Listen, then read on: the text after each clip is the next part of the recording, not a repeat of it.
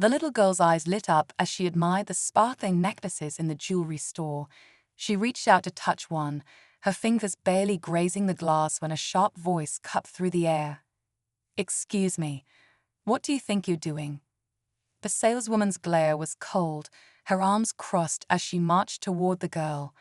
Customers turned to watch, curiosity shifting into judgment.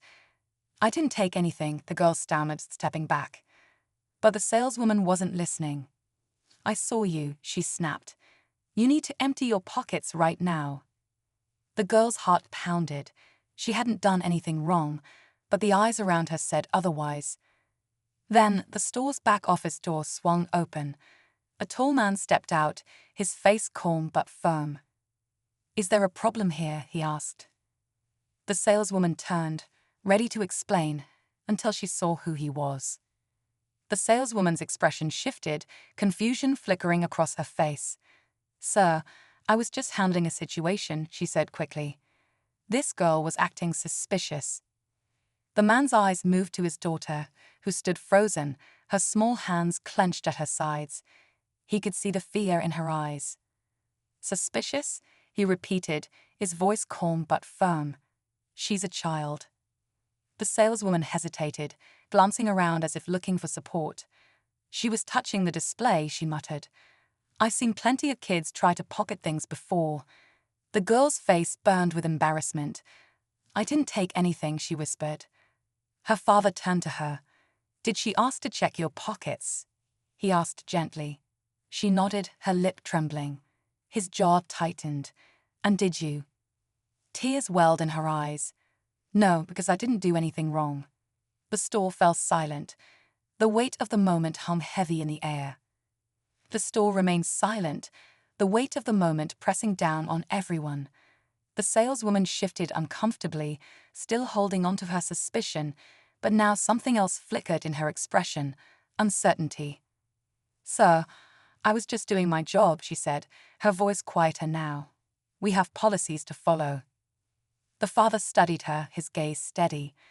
"Policies that include accusing a child without proof." She swallowed hard, her eyes darting toward the customers who were now whispering among themselves. Some shook their heads, while others watched with wide eyes, waiting to see what would happen next. One of the other employees, a younger man, hesitated before stepping forward.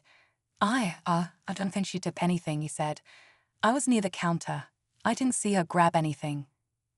The saleswoman's lips pressed into a thin line. "I was just being cautious," she insisted. The father inhaled slowly, glancing down at his daughter, who looked up at him, searching his face for reassurance. Then he spoke, his voice firm but controlled. "Do you even know who I am?" The saleswoman blinked. "What?" He reached into his pocket, pulled out a set of keys, and held them up. The store's logo was engraved on the keychain. A hush fell over the room. The realization hit like a slow-moving wave. The father owned the store. The saleswoman's face went pale. Her mouth opened slightly, but no words came out.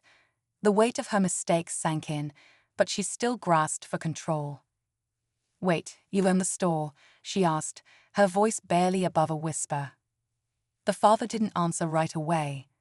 He let the silence stretch, the tension thick in the air.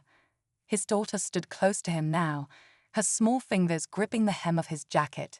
She wasn't scared anymore, she was waiting. The other employee took a step back, suddenly realizing how badly this had gone. Customers exchanged uneasy glances, some shaking their heads, others whispering. The saleswoman cleared her throat. "Sir, I didn't know," she stammered. "I was just trying to—" "To what?" The father interrupted, his tone sharp. "To protect the store from my daughter." She blinked rapidly. "I didn't mean it like that," she said quickly. He took a step closer, his presence commanding, but his voice remained steady. "Then tell me, why did you assume she was stealing?" The saleswoman's lips parted, but no answer came. His daughter looked up at her, eyes searching. "Why didn't you believe me?" she asked softly. The question hung in the air, heavy and unshakable. The saleswoman opened and closed her hands, her face growing red. Everyone in the store was watching, waiting for an answer she wasn't sure she had. The saleswoman's mouth opened, but before she could speak, the store's security alarms suddenly blared. The sharp, ringing noise jolted everyone, and a voice crackled over the intercom. "Security breach. Check all exits." Customers gasped, turning toward the doors. The father's gaze snapped to the store's surveillance cameras, his sharp instincts kicking in. The saleswoman flinched at the sound, her earlier confidence vanishing.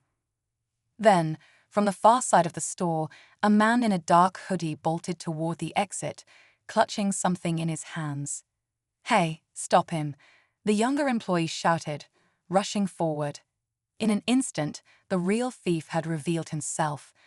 While the saleswoman had been so focused on accusing the little girl, the actual crime had gone unnoticed. The father tightened his jaw. "So while you were busy questioning my daughter," he said coldly, "someone else was actually stealing." The saleswoman turned pale, her body stiff. Security guards sprinted past them, chasing the thief as the store descended into chaos.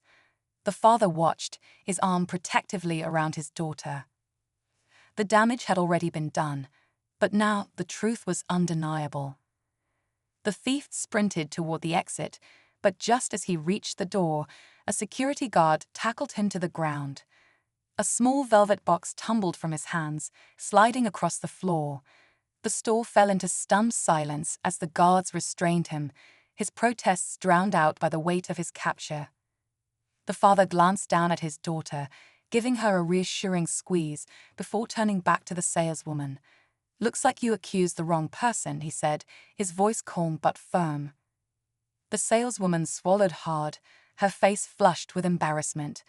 I made a mistake," she admitted, barely meeting his eyes. The younger employee bent down, picking up the stolen jewelry. "This was from a high-value case," he muttered. He must have been waiting for the right moment. The father let out a slow breath, then turned back to his daughter. "Are you okay?" She nodded, but her voice was small. It just didn't feel fair. He crouched down to her level, brushing a loose curl from her face. "It wasn't," he agreed, "but the truth always comes out." Just then, one of the security guards approached. "Sir, we checked the cameras," he said. "Your daughter never touched a thing, but guess who did?" He turned the screen of his tablet, showing footage from earlier. The saleswoman's face drained of color as the video played, a brief moment where she had pocketed a small bracelet before turning to confront the little girl. The father's expression didn't change, but his eyes darkened. "Looks like we have another thief in the store." The saleswoman stumbled back, shaking her head. "No, I." But there were no more excuses. The real truth had finally come to light. The store was silent again, but this time for a different reason. The weight of the truth hung in the air as the saleswoman took a shaky step back. "It's not what it looks like," she muttered weakly, but no one was listening. The father exhaled, shaking his head. "I trusted my employees to run this store with integrity," he said. "Clearly, I made a mistake." Security escorted the thief away, while another manager stepped in, watching the saleswoman closely. She looked around, realizing there was nowhere left to turn. Without another word, she lowered her gaze and walked toward the back office. The father turned to his daughter, kneeling beside her. "You okay?" She nodded. "You believed me the whole time." He smiled. "Of course I did." Taking her hand, he led her toward the door.